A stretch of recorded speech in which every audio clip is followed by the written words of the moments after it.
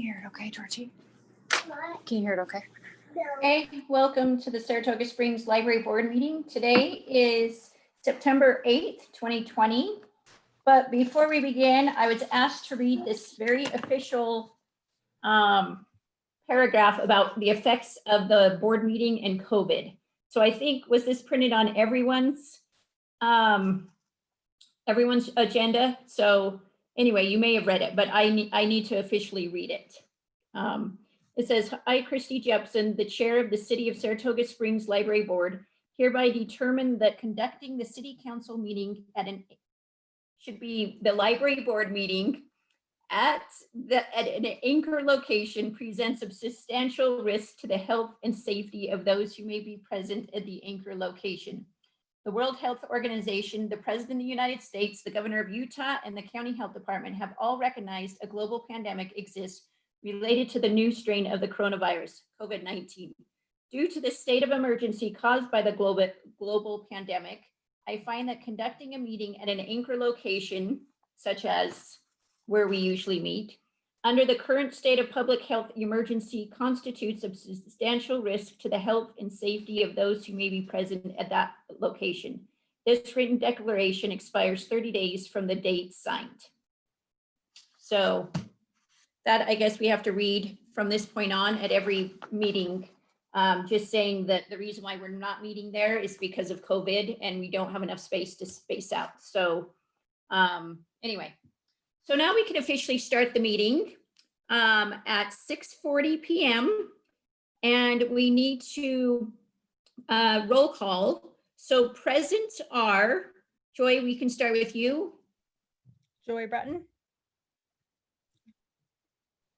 that all I needed? Yeah, just your name. Yep. Oh, yeah. Oh, did you hear me? Yep. Okay. Karen Brown. And Brandy Miners. And I'm Christy Jepson. And then we have guest, of course, our library director, Melissa, and then Marin Barker. So thank you, Marin. I think we got everyone. So excused Pam King, she called or emailed and said she would not be here. So, and David Johnson as a guest who's doing our internet, Facebook Live. So number 3, public comment. There's no public comment at the email address on file where comment's supposed to go to, so we're good. Perfect. Okay. And then did everyone get a chance to read the minutes from last meeting in August? Yep. Okay, perfect. Then will someone make a motion to approve the August 11th, 2020 minutes? I make a motion to approve. Thanks, Joy. I'll second. Okay. Thank you. Aaron. And then we need a roll call vote. Aye. Aye. Aye. Aye. Perfect. Got everybody? Okay, then we'll proceed to number 5, open meetings training by Marin. And we'll turn the time over to you.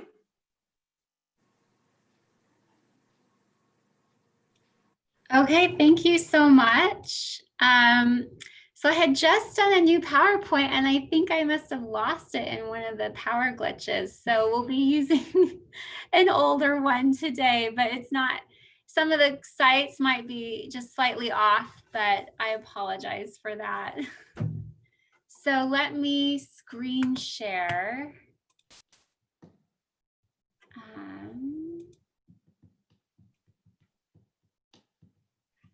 Are you all seeing Utah Open and Public Meetings Act? Yep. Great. Okay, so I'm going to try and keep this short. I know that this is such a very exciting subject. And I think you've probably all seen this before. Is that true? Yeah. Yeah, I think most of you probably have. So we're just going to jump into it. The point of the Open and Public Meetings Act is so that nothing is done in secret that is supposed to be done in front of the public. So basically it's state law that we take all of our meetings, we do their actions openly and deliberately. Basically that means so that everything we do is in front of the public. So I'm not going to read this all because I think you can read. So, so I'm going to jump ahead. So what does the Open Meetings Act actually do? We just talked about that. Who is subject to it? So most of the time we think of who's subject to this and we just think of like the city council or the state legislature, but really it is any body or board that has the authority to make decisions about the public's business. So it has to have 2 or more people, and it spends or distributes or is supported by tax money. So the library board obviously falls into those categories. So that is why you guys are so lucky to have this training. So there is some examples: city council, planning commission, advisory boards, and the library board is part of that. There are other boards that fall into this and other state committees that also would be subject to this. So what is a meeting? Sometimes this can be debated. Typically a meeting does need to be have more than 1 person. So if it's just you and another person, that usually doesn't count. So if you're just on the phone talking with a friend, another board member, you're going to be just fine. It has to, and I'm just going to go to the next page. So it's an actual convening of your meeting, which you've just done. You have to have a quorum present, which means a majority of your board members. It does include any workshops or executive sessions. So those would be meetings where you're not necessarily voting on something, but it is a workshop where you're learning about something, and the state statute wants the public to be able to know what you know. Why did you base your decisions on something, and this way they know what you've been taught. They can be in person or most recently electronic, which we've all discovered. In the past, it was kind of rare to do electronic meetings, but obviously that's become our norm. I actually don't mind it. I like it. With that, we do have to have a way to allow people to have public comments. And you obviously had your public comment period. So good job. What is not a meeting? We kind of touched on that. A chance meeting, a phone call with another member, a social gathering where you can have a Christmas party and you can all be there, as long as you don't talk about something that you're going to be voting on, or you're not talking about how you're going to be using your money. So have a Christmas party, just don't talk about work. And a meeting it has to be, let me see. Yeah, so I think we covered that. Okay, participating electronically, that statement that you read at the very beginning of this meeting is actually a new state requirement that we do have to read before any meeting now. So we are doing that in Planning Commission and City Council. And that is to alert the public. You typically by law, you have to have an anchor meeting, and this is more of like an anchorless meeting. And so by law, we had to have a statement that deals with all of that. So electronic meetings, all of the same rules apply. You still have to have notice, you still have to have public comment available, or at least they have to be able to watch and view if it's just, information. And so really nothing else changes. It's just, you can do it over the phone. This is something that I think is really important, and a lot of people kind of just rush by this, but it has come up a few times in the last year with other cities. You should all be very aware that email or texting or any sort of social media during a meeting can be requested through grandma, and you would have to produce it. So a lot of councils and boards don't realize this because they text each other during the meetings, and it's not always the best things that they're texting each other. And there's been situations where they have been grandma'd, and it's become very embarrassing for the council members. And it's actually caused quite a bit of issues with votes that have been taken, you know, council members or planning commission or other boards where they're saying, I'm going to vote for this. What about you? And all of that needs to be done publicly. It can't be done hidden in your text or email. And so I just want to make sure you're all very aware that you can text, but it is going to be, it can be recovered by somebody. So is that new to any of you, or have you already known all that? It's okay if you just want me to keep going. All right. So obviously messages count as communication. So closed meetings, does the library ever do closed meetings? At the moment, no. However, if we were to have a challenge go forward that went beyond the director to the board, it would need to be a closed meeting because the details of the customer would be private. Right. But at this moment, we have not had to do so. Well, let's hope you don't. If you did have to do a closed meeting, we'll just cover this really briefly. The biggest things to note are that you can do a closed meeting. There are certain reasons why you would do one, like Melissa just said. But to do a closed meeting, you would have to provide notice on your agenda, which I think you do. Most boards will just put possible closed meeting. So you provide your notice, you have to say kind of, you know, briefly to discuss, you know, character competence. And then really when you're in a closed meeting, these are property sales, we'll skip through that. You still have to have a quorum to vote to go into your closed meeting. I think the biggest thing about a closed meeting is that whatever the purpose is for holding your closed meeting, you have to stay on that topic. You can't branch off into what you did this weekend or who looks cute in that new sweater. It really does have to stay on topic. And if it doesn't stay on topic, that's where you run into problems, and then someone can ask for what was discussed.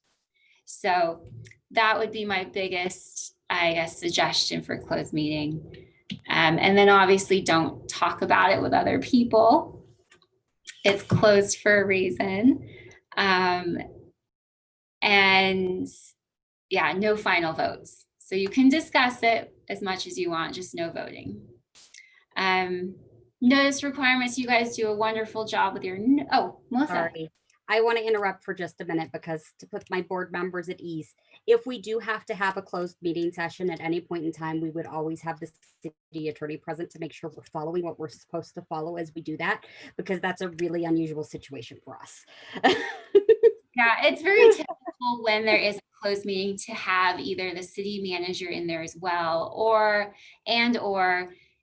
whatever department you're discussing, their head and a city attorney. So myself or Kevin would most likely join you. And that's typically not because we're going to be discussing anything legally incriminating, it's just to keep us all on point.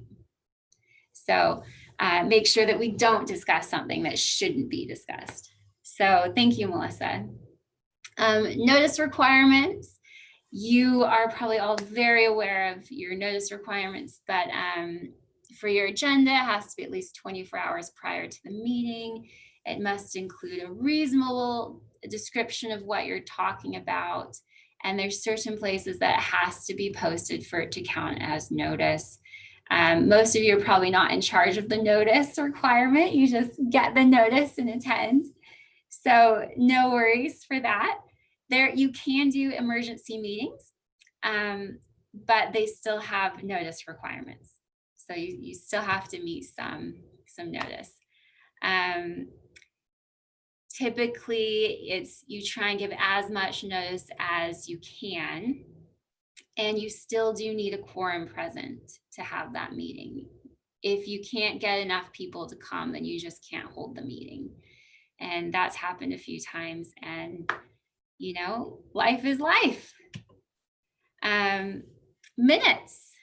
Do you guys have a dedicated person who keeps minutes? Is that you, Melissa? That's me, yes.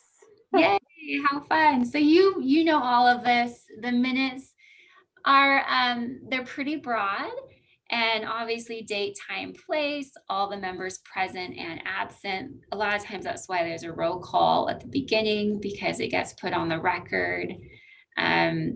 What's to be discussed, any votes, and who votes on the matters, you know, yay or nay. And then if there's public comment, typically that's included. And the name of the person who said it. A lot of cities require name and address of the person when they give a public comment, and that will go into the record as well. And then typically you adopt your record or your minutes the next meeting.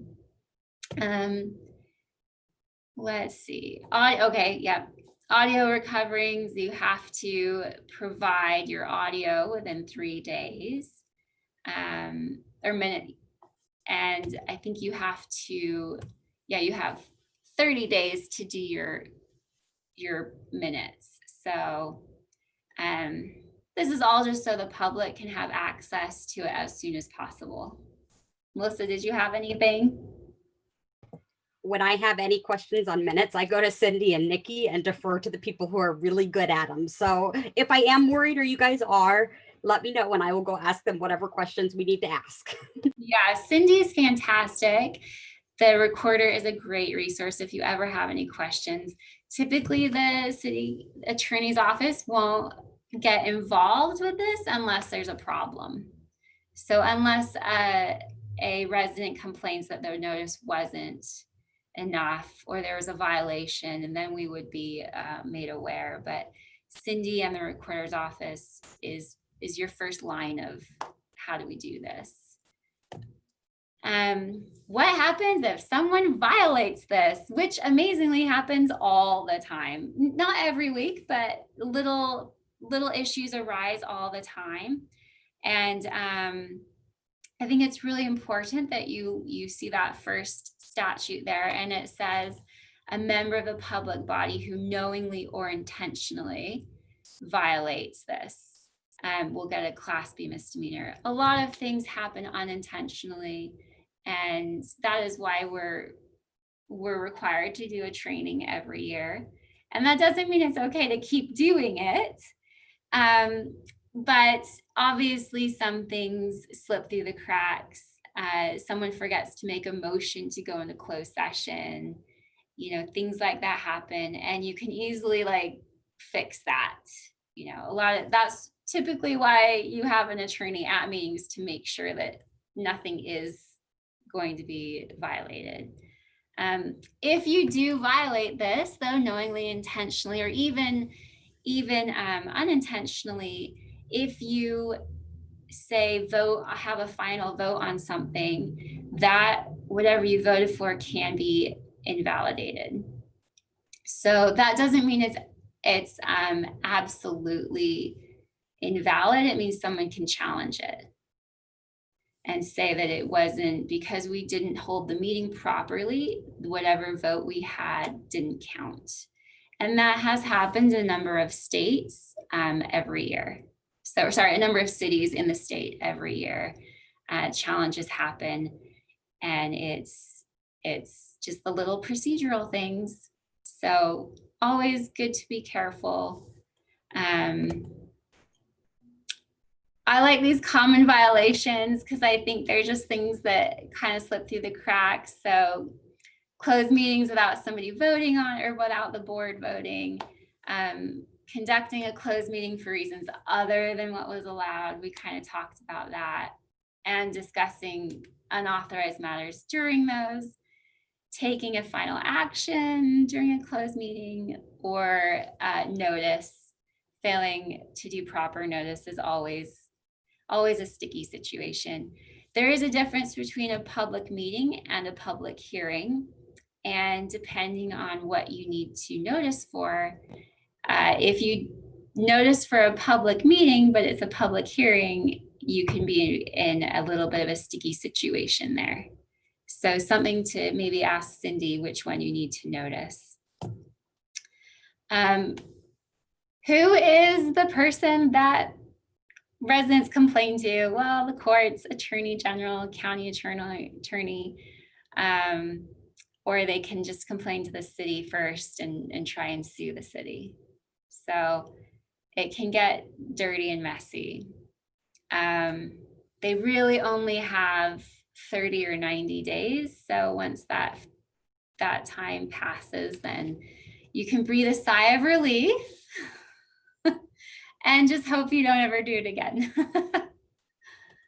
Yeah, so I think I tried to go through it quickly just because I'm sure you all have seen it before, but it's just supposed to be a good reminder. And if you have questions, please ask Cindy. And if Cindy doesn't know, she'll reach out to us, and we're always more than happy to help. So any questions, anything pop into your head? No? So when somebody has a question in some meetings, they get on their name and address? So they don't have to provide their address, but a lot of cities do require it, because if there's a question you want to get back to them, it's that way you know their phone number or their address or their email, somehow to respond to them. It's for some way for us to follow up. Mm-hmm. So if they So not necessarily what address. asking needs a response, it's so right now with comments coming in via email, all I need is their name and the comment, and Okay. I can follow up based on that. But if they come in person, I would ask them their name, their phone number, or email address, or some way for me to get back into contact with them. Okay, not necessarily their home address. Not Not necessarily. necessarily. A lot of cities do like to have that because it helps them know if this is a resident in the city or someone from another state or another city. And they're more than welcome to provide comments, but it helps the councils and the board know if this is a resident or not. Okay, thank you. Mhm. All right. Thank you, Maren. Fantastic. Have a wonderful meeting. And if you have any questions in the future, just feel free to let me know. Thank you. Thank you for joining us. Yes, I will let you have your meeting. Thanks. Have a good night. Thank you. How do I stop sharing? Should be a button at the top. Sharing. Ah, I got it. Okay, thank you. Okay. Thank you. All right. Number 6, director's report. Melissa. Okay, I am going to share my screen. I have 2 things that I will be sharing today. First, we have our financial statement. Can everyone see that okay? Yep. Okay, so as you all are aware, with COVID-19 and the fact that we're not charging overdue fines at the moment, our revenues are very, very low, less than 2.5% of what we'd normally see with a month into the year. Normally, we'd like to see that around 12% because that would be about average for a month. Our expenditures on salaries and wages are right on track. Benefits are as well. We've been really lucky. I've been able to keep all of our part-time clerks working their same number of hours throughout COVID because we've been providing drive up and grab and go service and things like that. So that's been a wonderful asset to the library and the community. Our computers and maintenance, yes, we spent over half of that in the first month, but that's because we annually renew those contracts on July 1st of every year. And then we are just slowly burning through the rest of our budget. One area I know we're going to have some concern is the digital purchases. Right now, we are just purchasing from the holds list to maintain those ratios of 5 holds or fewer for each copy that we have available. And we've gone through 25% of the funding allocated to that in 2 purchases. That doesn't include any of the wish lists or other requests. I anticipate that we're going to have to ask for an increase to this line item next year. The reports I'm running monthly for just requests vary from $2,000 to $7,000 in titles that people are requesting us purchase digitally. Other than that, that is where we're at with the financial update. Do you guys have any questions? No, Okay. that's very good. I'm going to start a new share because then we have our COVID updates. It has been 25 weeks since Crazy. COVID started. I know. That is that's crazy. That is exactly how I felt when I was pulling everything Wow. together for you guys. It's been half a year. So I wanted to give you a glimpse back at that half a year and what we've been able to do. Our checkouts by week have continued to grow. From the very beginning to now, you can see the digital and physical checkouts are both going up, which is great. We have more people coming into the library using grab and go service, but we still have people using the drive up service as well. Registered cardholders, we continue to see a fluctuation of that. However, we're continuing to see growth in our registered cardholders on a weekly basis, just like normal. Our drive-up service numbers have started declining the longer we've been open to the public for people to come in. It makes sense. We are allowing children in the library now, but we do ask that they wear masks. And our limit of 10 people in the library at a time, one family sometimes hits that limit for us.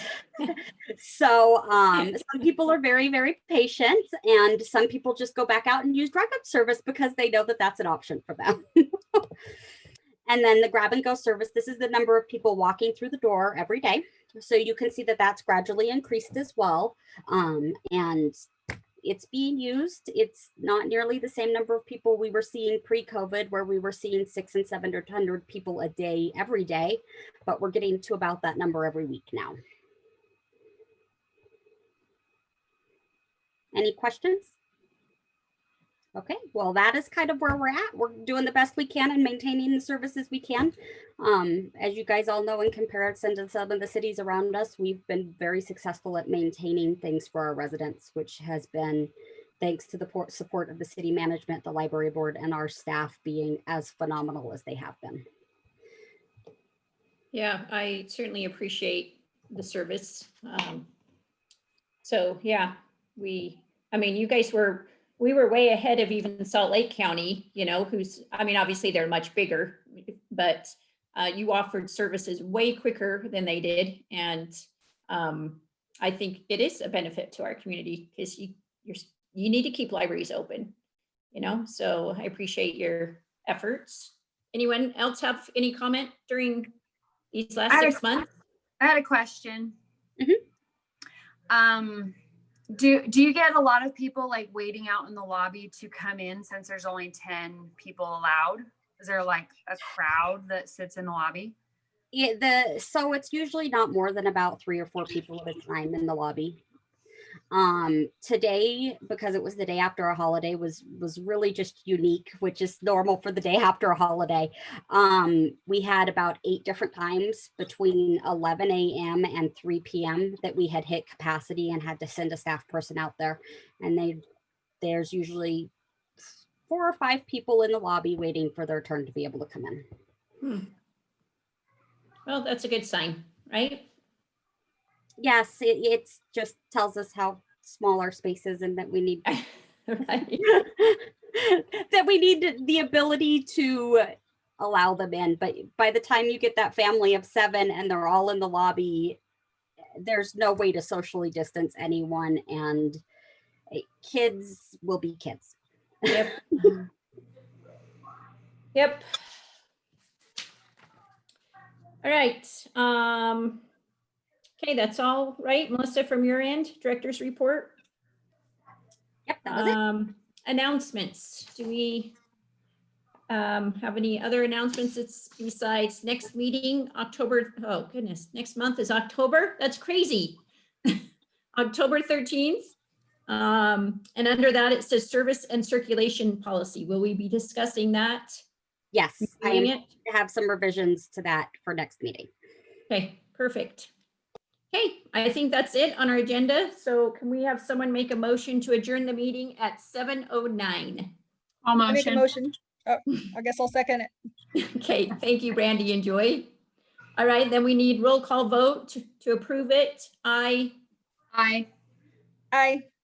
Aye. Thank you. Okay, we are adjourned and thanks everyone. Thank Thank you you. all. Have a good night. Okay, bye-bye.